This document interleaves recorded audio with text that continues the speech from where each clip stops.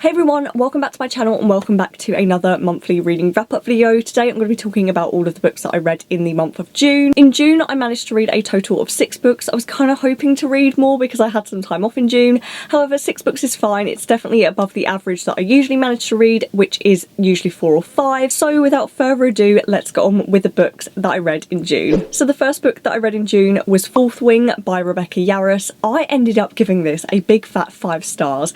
This was such a surprise to me. So this follows a 20-year-old young woman named Violet, and she is in a military college. Now her mum is the general of the Riders Squadron, and she essentially gives Violet an ultimatum, and she basically says, you're going into the Rider Squadron, and if you go back to the scribes, I will drag you back to the Riders. And Violet has always trained to be a scribe, and so this comes as a shock to her because the Riders are really kind of like physical and there is a high chance of death, and Violet is not made for that life because she is smaller, she is weaker, she has this medical problem where her bones are a lot weaker than everyone else's, and so she's just not made to be a rider, unlike her whole family who were riders besides her dad who was a scribe. And so things go from there. There's a bit of an enemies to lovers romance. This book gives major Divergent vibes. Like the whole time I was reading this book I felt like I was transported to like 2015 or whatever it was that Divergent released. I had so much fun with this and it was such a surprise, and the reason it was such a surprise is because this took off on Booktok. Literally one day it was nowhere and one day it was everywhere. Booktok was the only reason I picked this up, and I've never been so grateful to have picked up a book because of Booktok in my life, but Booktok, I owe you everything this year because this book was really good. The pacing for me was absolutely spot on. I felt like there was always something happening in every single chapter. It was just really fast paced. The sexual tension between Xaden and Violet, chef's kiss. Now I do feel like this book is predictable. I feel like for people who haven't read a lot of fantasy and for people who haven't read a lot in general, I feel like this book would come as a surprise. I feel like the cliffhanger would really shock you at the end, but for me I found everything really, honestly, just too predictable, and I think it's just because of the amount that I've read, and so I always expect the unexpected, and so it's really hard for authors to shock me now, and that's just a personal thing. This book also packs in a lot of like commonly used tropes, which is I think one of the reasons why it is so addictive and why it is so good, because all of those feelings that you can get from kind of like, you know, early 2000s YA and onwards, you get in this book, and I feel like it's because it uses a lot of like the things that we've commonly seen before in books that we really enjoy. I will say that the characters do feel a little bit younger than they actually are. Violet is 20 and the rest of the characters are kind of like 22, 23 and onwards, but they read a lot younger because the dialogue reads a little bit cheesy, and it's fine, and Rebecca Yarros has kind of said why she chose the dialogue that she did and why she chose kind of the language that she did, because some of it is quite modern, which is strange to read in a fantasy novel, but I believe the reason that she said was because she wanted to get more people into fantasy, and obviously some people don't like the fantasy jargon, which is fine, but for me it feels a little bit odd. But overall I absolutely love this. I gave it 5 stars. Should I have possibly rated this book down a star? Possibly, but honestly I just really loved it and I cannot wait for the sequel, so we will see if this still remains a very good series. It has a lot to live up to. So the next book that I read in June was The Serpent and the Wings of Night by Carissa Broadbent. So this is another kind of like new adult like fantasy romance. It follows this girl named Araya, and when she was a child she was adopted by a vampire king, and essentially she was kind of raised to not trust vampires, and so her adoptive father has taught her to fight and stuff like that, so that she eventually can go into this tournament which is a little bit Hunger Gamesy, and essentially at the end of this tournament they can have a wish, and I think her wish revolves around something to do with, I think, becoming a vampire or something. It's all very weird, and it was another Booktok book. I did a Booktok reading vlog which I believe I've already uploaded on my channel, so you can go check that out if you want to. I read this because obviously it was popular on Booktok, but also everyone compared it to ACOTAR. I don't know where they got that comparison from, but this book was nothing like ACOTAR. I did not enjoy this book. I don't get where the comparison came from with ACOTAR. I just thought it was a little bit boring. I didn't enjoy the main character. She has this whole conflict throughout the whole book where she's like, I hate vampires, but I love my adoptive father. And it just got really frustrating. I also felt like I was thrown into a story I didn't fully understand. I feel like there's a lot of kind of stuff going on in the background in terms of like vampire history and stuff like that, but nothing is really ever truly explained to you. And the way that I described this in my reading vlog was, it kind of felt like I was in the back seat of a car with two people in the front on a date, and I felt like I was just watching everything play out, but I was the third wheel and I shouldn't really be there. And I just feel like when I feel like I'm looking in on a book but I'm not actually in the book itself, I don't really enjoy them. And I really hope that makes sense, because some books are so immersive where I just lose the world around me, and some books I know I'm reading a book, if that makes sense. And this was one of those books where like I knew I was reading a book. I just didn't care for it. I didn't really care for the story. I feel like the only time this got really entertaining was when the tournament was happening, but for some reason I felt like it was really wish-washy with the descriptions. I didn't get it. I didn't get the hype with this book, and I kind of read it because it was a duology, and now I found out it's going to be like a 6-book series. So I'm glad that I didn't like this, because it means that I don't have to take up a ridiculously long series for absolutely no reason. Overall, I gave this 2 stars. I was probably being generous, but I felt like maybe this could have been good, but it just fell flat. I just found it really boring. I don't really feel like much happened in it, and I just didn't care for anything in this book at all. So the third book that I read in June was The Last Word by Taylor Adams. This is a thriller novel that follows this woman who is like house sitting at this beach house, and she ends up reading this horror book that is really terrible, and so she writes like a really bad review on Amazon, and the author of that book ends up in an online argument with her, and then crazy things start happening around her, and she starts being stalked by this author.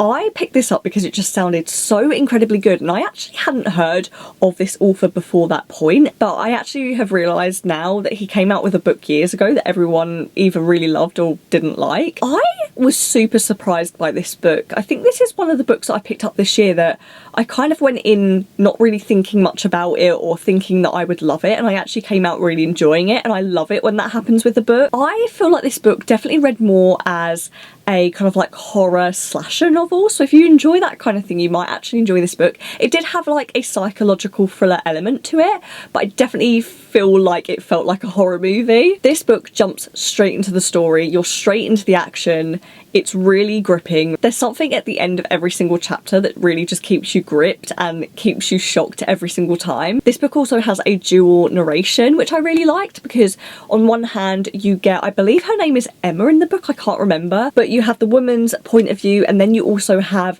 the author or the killer's point of view, and his point of view is really unreliable because you don't really know whether his perspective is right or whether the woman's perspective is right, and it just throws you for a loop. And I remember there was one part of the book where it got towards the end and something really threw me off, and I went to the next page and I was like, surely that's not how it ends, and I had to skip ahead just to make sure.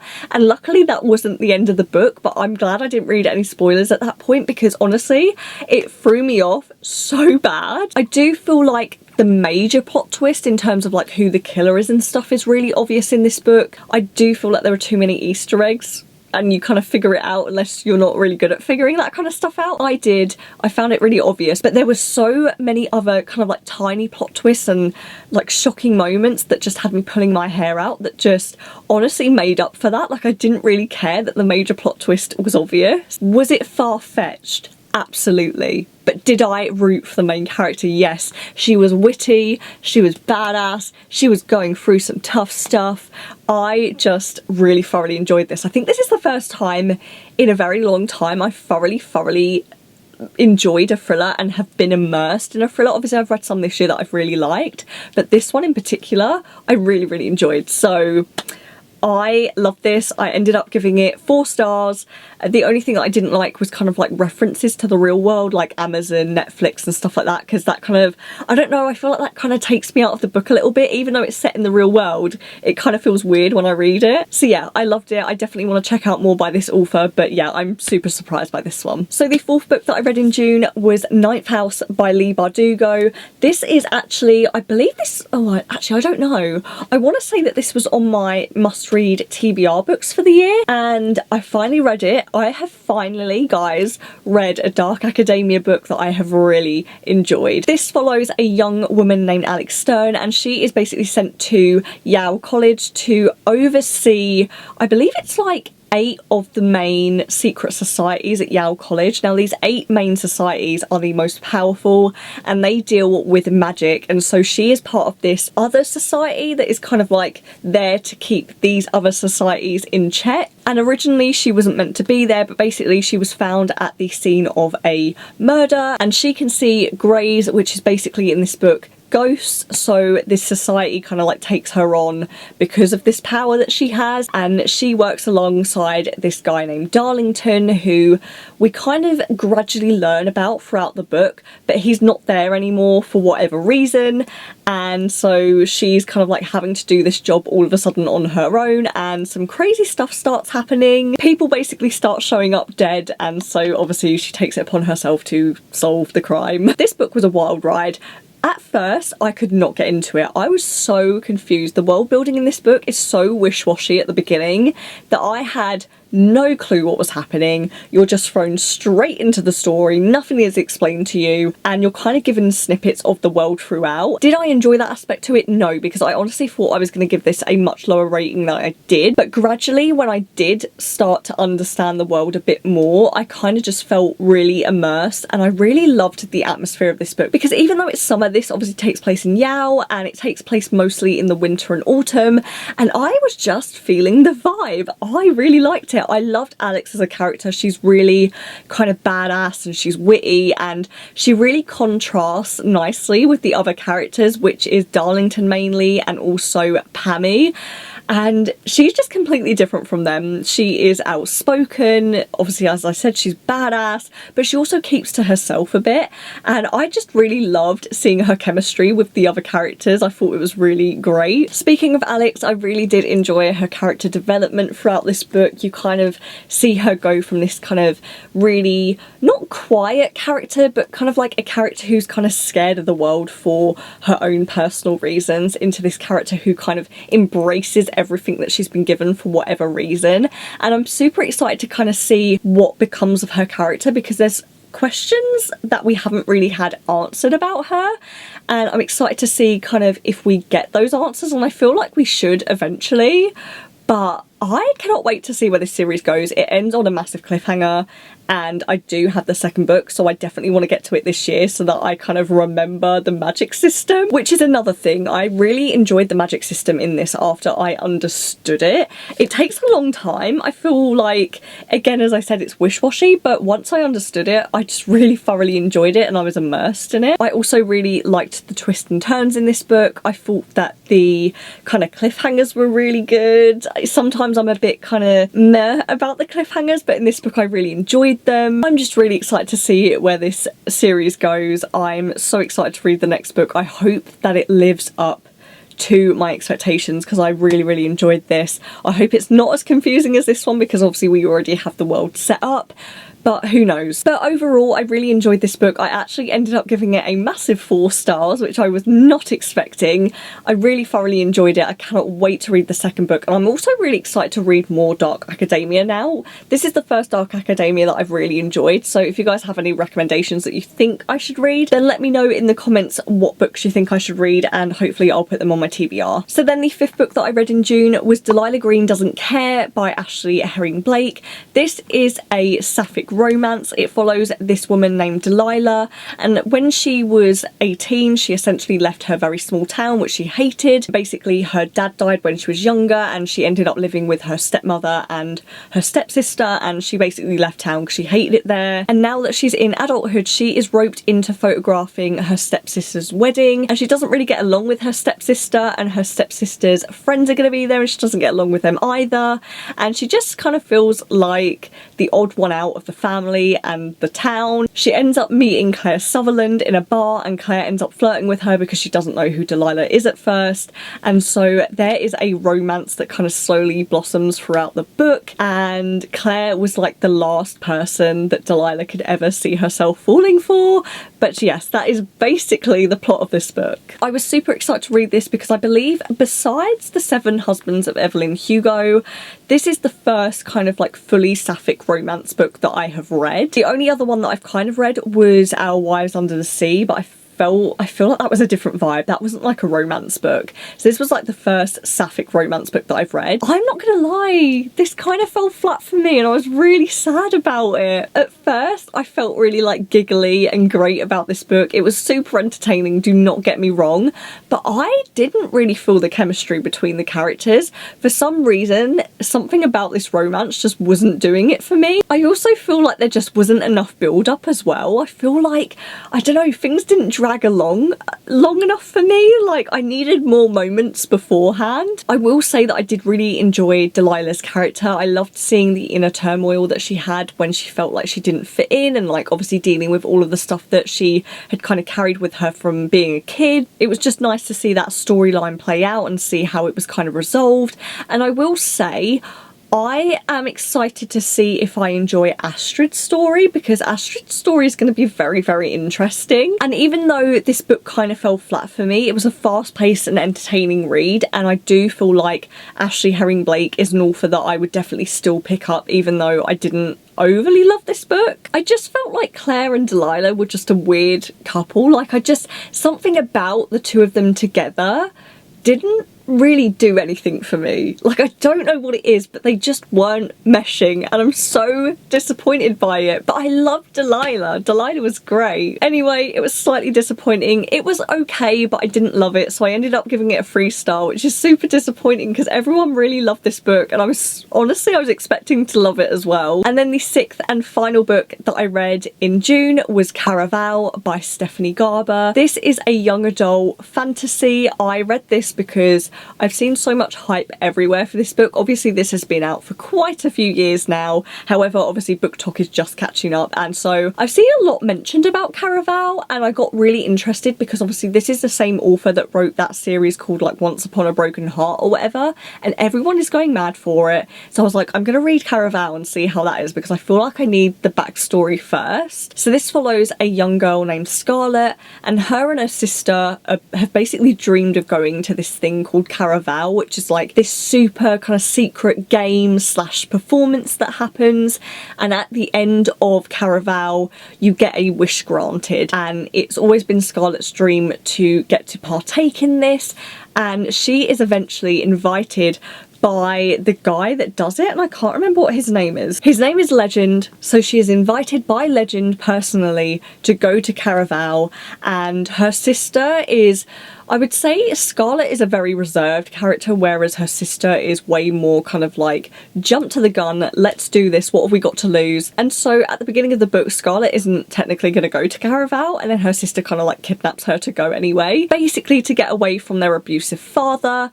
and things ensue from there. There are like plot twists and whatever else. I did not get the hype with this book. I did not care for the main character at all. I just thought she was an absolute wet wipe. She had no personality whatsoever. This book was incredibly insta-lovey as well. Like, you could instantly tell who she was going to be in love with, and she had feelings for him straight away, and I didn't like that about it. The world building I felt like was very poor. Like, I'm a very visual reader, and I felt like the whole time when I was reading this book I was struggling to visualise everything in my head, because it was another one of those books where it felt very wishy-washy. I also feel like another reason why I struggled with the world building is because I would say that this book is very like Alice in Wonderland-esque, in the sense that there are things that shouldn't be real but are, and a part of my brain just can't comprehend that that could be a thing, like, which is so weird because I read fantasy novels and obviously I read about dragons and magic and all of that stuff. That stuff makes sense in my head, but then a shop that is shaped like a hat does not make sense in my head. Which is another thing, because the writing itself is also very whimsical, and I just don't enjoy that. I'm sure some people find that very beautiful, and I'm sure to some people it is. For me, I just don't enjoy it. I just prefer like plain old writing. I just didn't enjoy the writing of this book. What I will say is I definitely preferred the last quarter of the book, and it's so annoying because the plot twists at the end really made me want to read the next book, but I know I'm going to struggle to enjoy it. I just don't think that this is a series that I'm going to continue on with, and I did see someone mention in a video somewhere where they said they didn't like Caraval and then they tried to read Once Upon a Broken Heart and they didn't like that either. So I'm just going to give up and just say that this is not for me. I can see why people would really like it, but the time has been and gone and it is not for me. And I gave this a whopping 2-star. Only because I enjoyed the last quarter of the book and I liked the plot twist, but that was literally it. So those were all of the books that I read in June. If you've read any of these books, then please let me know what you thought of them below, or let me know what your favourite book was of June. If you like this video, don't forget to give it a like, and also don't forget to subscribe if you want to see more content from me. And until the next video, I will see you then. So bye guys.